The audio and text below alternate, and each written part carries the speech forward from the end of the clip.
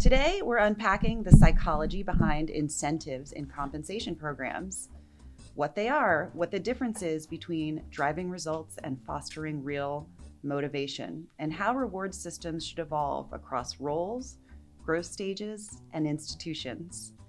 We're joined by two fabulous guests who have spent their careers thinking about exactly these questions.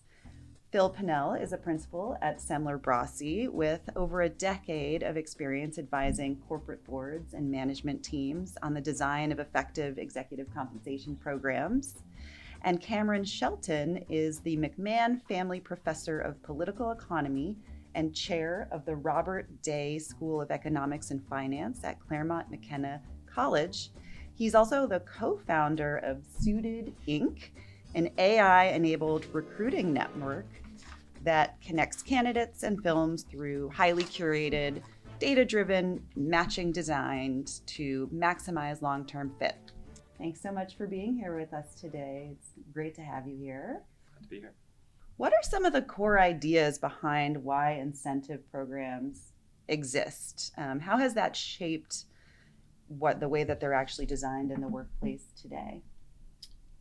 Okay, so I think economists and behavioral economists, we often think about two related challenges. One of them is what is it that motivates people, and understanding how to hit all those various different dimensions and how they interact. And the other thing that we often think about is who knows what, right? Management doesn't know everything, can't monitor perfectly all the time what's going on with the folks that they're trying to incentivize, whether they're high-powered executives like the folks that you deal with, or whether they're more humble folks like me. And so trying to think about how difficult is it to monitor what they're doing, what is measurable, what isn't measurable, so that information flow is one side, and the incentives and what people respond to and care about are the other side, I think, that are big in this literature.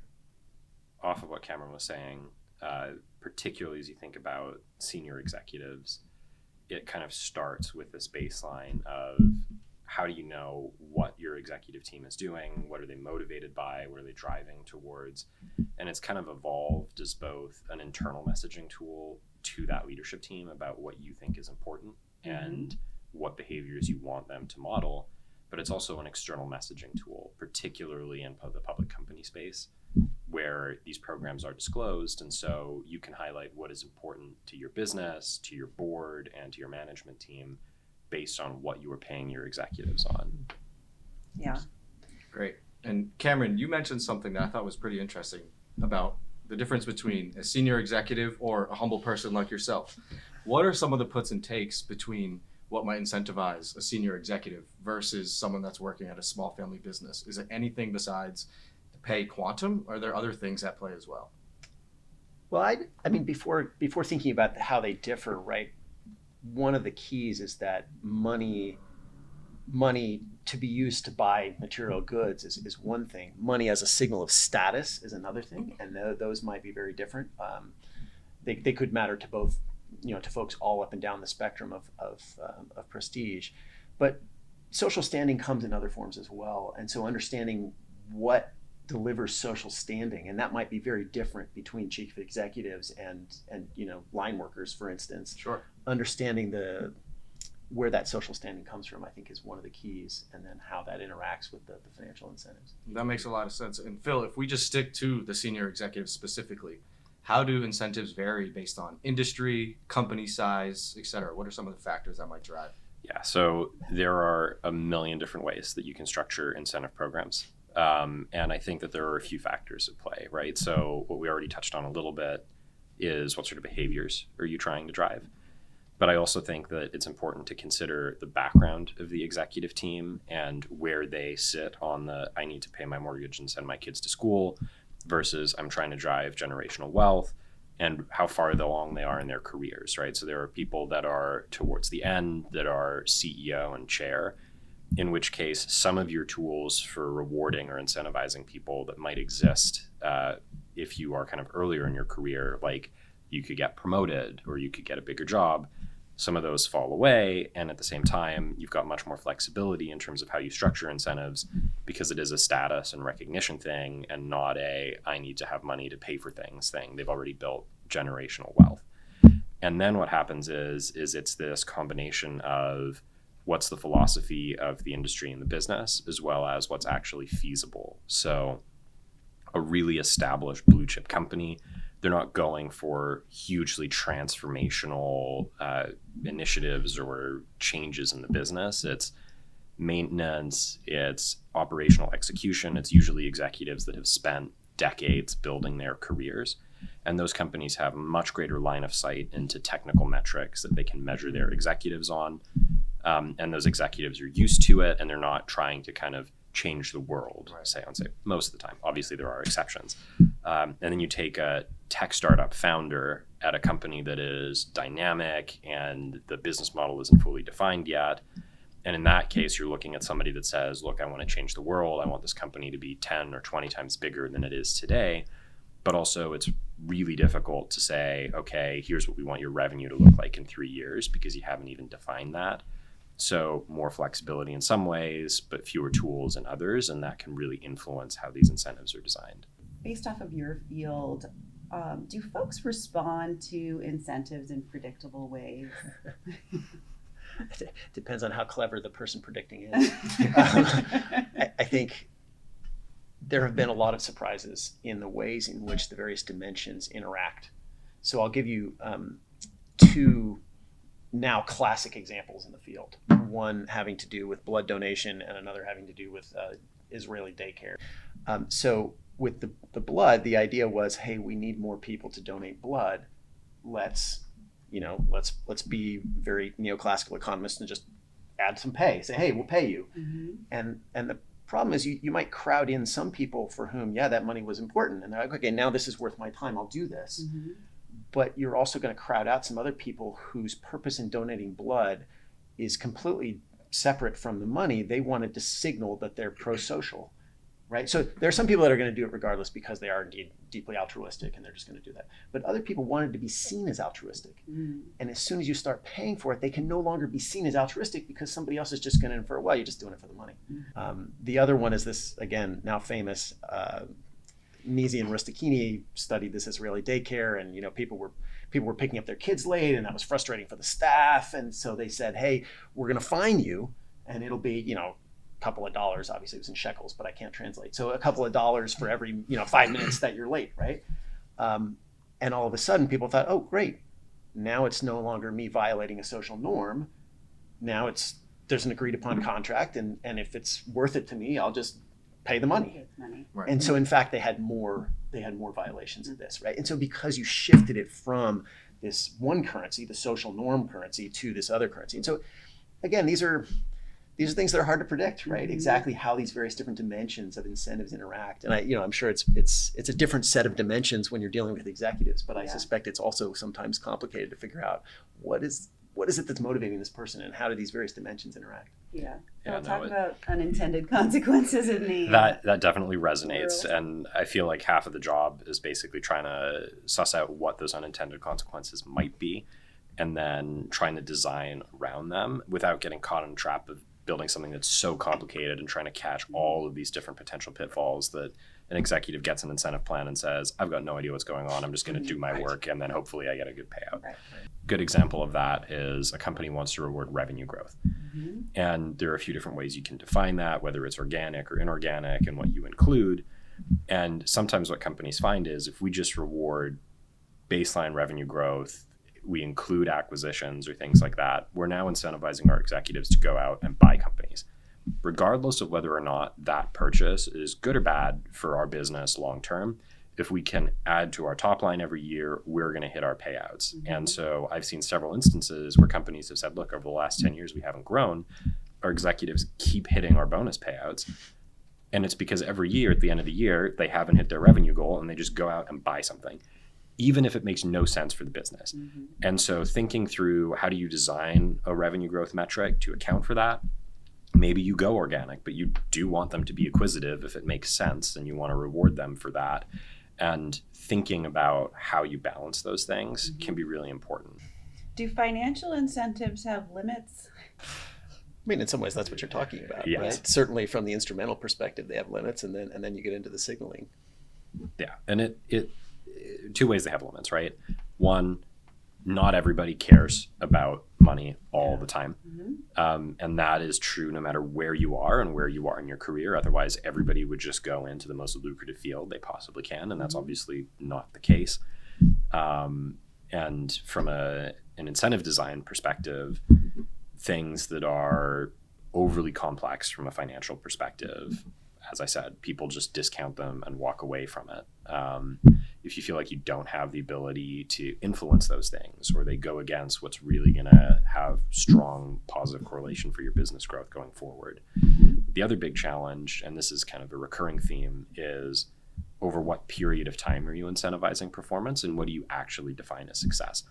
So if you are running a big company, is success growing your revenue, or is it growing your profitability? And if it is it over 12 months or is it over 10 years? And could you do things today that are financially not super rewarding because they're cultural, they're investing in new technologies, that a decade down the road, when you've retired, will mean that your company has transformational growth and wins in the market? Vice versa, you could do things today that really reward from a financial perspective, drive performance, and then 10 years from now, your Blockbuster and Netflix has eaten your lunch. So dealing with those kinds of things can be really complicated, and thinking about executive tenure and all those sorts of things. But as much as you want to measure the financials, the right culture, the right orientation is critical to making sure people are making those trade-offs appropriately. One of the things that's challenging, why don't you just have judgment, right? Why do we have to have these explicit here are the line items that we're going to judge you on with sales, right? So then you run into Goodhart's law. When a measure becomes a target, it ceases to become a good measure, right? You were talking about sales and how people are like, well, I'll just buy this company and then my sales growth looks fantastic. And you're like, yeah, it's not really organic. So in some ways, the economist in me says, okay, so you stop that and you just say the board will judge. And we'll talk about the principles, but we're not going to write them down explicitly so you can game them. We'll judge. Now, that doesn't work if it's long-term, because then you're gone and you can't trust that the board will judge you honestly, right? So you're like, okay, we're going to do long-term stuff. But it's sort of surprising to me that there isn't more in the short run of just, look, here are the basic principles. We'll judge you based on that. We're not going to write down an explicit metric that you can game. Some of it is just the reality of the governance environment that we live in, where it's considered best practice to have fully kind of quantifiable goals. And if you're discretionary, then there's always this risk of like, well, is this soft, and are you really incentivizing performance and doing the right thing? I think there's a whole discussion about whether or not quantifiable goals are actually better, but the broader governance orthodoxy is that they are preferable. And some of that comes down to the human nature of how executives and boards interact. And you kind of get, in my experience, this Lake Wobegon effect, in that almost every board thinks that their CEO is a really good CEO, because if they thought they had a bad CEO, they would probably get a new CEO. And when you're in that context and you're trying to make a discretionary call on how an executive or how a company performed, it's very difficult for the human aspect of that to not feel like this is the board judging my performance and the caliber of the company and how we are doing. And that can be a deeply uncomfortable conversation to have. And so the benefit of a quantifiable target is you can say at the start of the year, you needed to hit X, and you hit it, you got your bonus, or you missed it and you didn't, as opposed to, hey, we're good friends, we have this business relationship, but I actually think that you didn't do a really good job this year, and here's why. Some boards can do it, and some CEOs have the operational discipline to want that and request it, but it can just be a minefield, which is why you've really got to tread carefully when going fully discretionary. And would you say that, I mean, if you think about COVID or companies that had to face tariffs, and so they may have set goals and set targets that all of a sudden are completely unreasonable, or, some other thing happens, what do you call it, an act of God? I don't know if a cyber attack would fall under that category, but something that really disrupts your business in a way that everyone just needs to shift, and what was on paper is no longer feasible. That may be the place where boards can apply some of that discretion, and hopefully continue to motivate boards, CEOs and executives to do the right things in the business at the time. But it's a unique scenario. And do you have thoughts on that? And Yeah, so how you deal with black swan events can be really complicated, because they can fundamentally change the business, your ability to hit specific targets. And one of the things that I always find interesting with executive incentives in particular is that I think there is an inverse correlation to how much work and how difficult an executive's job is and how good their performance looks. Which is to say that you think about COVID, I think that that was probably a period of time where executives were tested the most, had to do the most, but financial performance was bad, stock price performance was bad. And so can you look your shareholders in the eye and say, well, they did a great job this year, even though they were on a cruise line and revenue went to zero, so we're paying out bonuses at maximum. And also we have to furlough half of our employees. So finding that relationship can be really complicated. I think there's also often a philosophical question of how much do you take a kind of said act of God and attribute that to the universe that's outside of an executive's control, and how much do you say, okay, this was unexpected, but it impacts the business and it impacts the shareholders, and also you're getting paid a lot of money to think through strategically what these potential risks might be. So if a company built a big facility somewhere and a hurricane comes through and destroys the facility and that impacts the company's operations, do you say, well, that was a natural disaster, we had no way of knowing, and so we're going to adjust these results? Or do you say, that's a really well-known spot where you see a lot of hurricanes, you guys picked it because you had tax incentives and it backfired, so we're going to hold you accountable for that decision? And making those decisions is complicated, and it goes back to discretion versus something that's quantifiable. Tough to sit down with somebody and say, look, this happened, it was nature, but we think it's your fault because you screwed up when you picked this spot 2 years ago and we're not going to pay you. It also feels to me like there's something of almost like a moral philosophy in how it's viewed by the rest of the company as to whether or not CEOs, even if they're doing a good job and working hard in downturns, whether they share in the pain, right? Whether that's a signal that's sent to everybody else. Yeah, Definitely. I want to switch gears a little bit. Cameron, specifically, is there a difference between influencing behavior and motivating somebody? Ideally, what you want is whoever it is, again, from the executives on down, internalizes their role, takes pride in it, wants to perform whether or not they're getting some sort of recognition or external benefit or whatnot. That is, it's part of their identity. I mean, that would be the holy grail of motivation schemes, is to figure out how to internalize things. And I don't know that I have the key or the answer to how that works, but that's the bulletproof incentive scheme. You kind of take that to its natural conclusion, right? And it shows you that there are limits to incentives, because if you hire the best plumber in the world that has an orientation around, I want to help everybody have like the best pipe system and unclogged drains, and that's just like, I get this deep intrinsic satisfaction from doing it and I'm great at it, then it would take a lot of incentives badly designed to change that.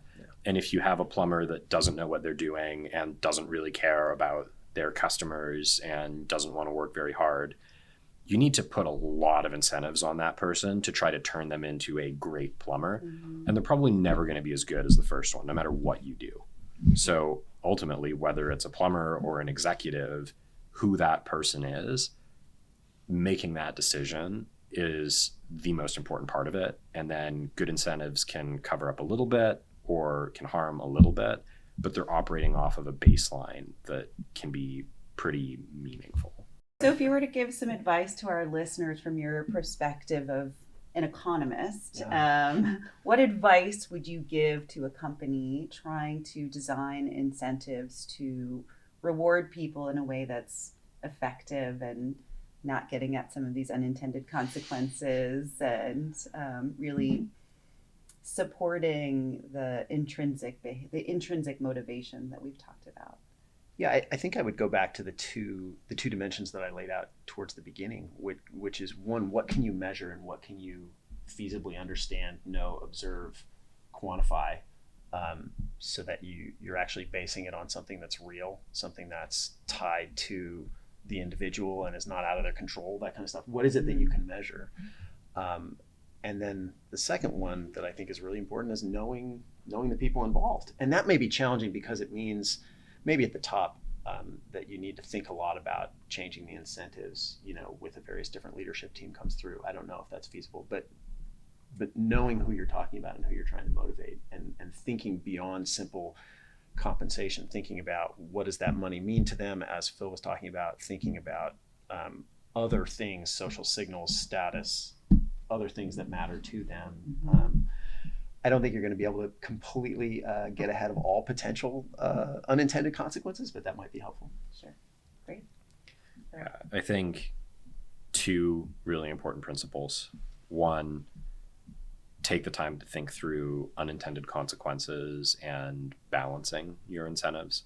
So if you're going to have top line growth, think about whether or not you want to have bottom. If you're talking about near-term performance, think about whether or not you want to have something that's going to measure what the long-term impact is. And the last one is just keep it simple. I think we tend to overcomplicate things. Certainly in our industry, you can build a really complicated mousetrap, but sometimes just one or two metrics that everybody understands will get you way better results than 15 metrics that people just throw their hands up and forget about.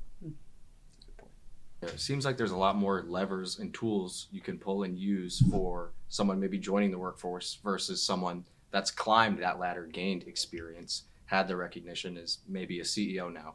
I would imagine that would require you to be more creative as you continue to climb that ladder and try and incentivize folks.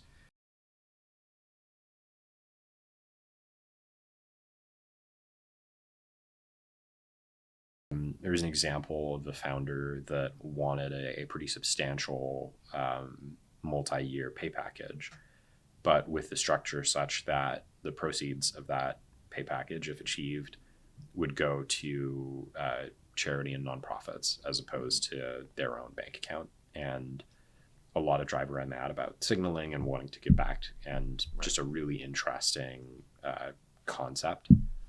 And the second one, and this goes back to the founder approach, was much less focused on the financial value of what they were getting and much more focused on rebuilding ownership in their company, which had been diluted through various capital raises and co-founders. And they felt like, I would really like to feel like I've got more influence and weight. And so the economics of this are fully secondary to the impact it has on my voting power and ability to feel like I'm secure in my role here. What a great examples. I would say I'll add a third example. It's a little bit personal. It's my own father, who was the president of a university, and at one point the board said that they wanted to vote him a raise, and he said, I'm a little embarrassed by that. And they said, well, but you're doing a really good job, and we need to recognize that. He said, that's fine, but there's so many other people. Like, I already make a very comfortable salary. There are so many other people. She said, you can vote me a raise, but it has to go to charity. So again, awesome. this, these different motivations, and your charity example brought that to mind, right? Various different motivations. So if either of you were to choose a specific metric to measure your life's performance, what would it be? Phil, go ahead. You great. take this Yeah, one first. Yeah. I don't know. Number of espressos consumed in Italian villages. I like that. Alright. I like the setting. That's really We'll have to nice. figure out the definitions of an Italian. Yeah, and we want to avoid kind of inadvertent incentives where I go and I'm just pounding That's espresso what, shots. yeah, that was all my day fear as long. well. I don't know. I think in some ways that's really hard for me. I've always eschewed what economists call corner solutions, where I do one thing. I've always tried to be a very well-rounded person, and that's one of those things where metrics are very difficult. Whenever you have this multi-dimensional environment that actually complicates these kinds of incentives. Yeah. So I'm sorry. I'm like rejecting the question in some ways. I We were love looking it, for but- happiness, guys. That Yeah, was the exactly. answer. That's right. Well, that's kind of what I'm getting at. Great, but it's great. multifarious, this happiness Yes, thing. yes. So I don't know how to design a good metric. Yeah. All right. Well, thanks for taking a stab either way. Yeah. Thank you so much both for joining. This was a great conversation. Really appreciate the time. I know. It was a pleasure having you both here, and thank you so much for joining us. My pleasure. Thank you.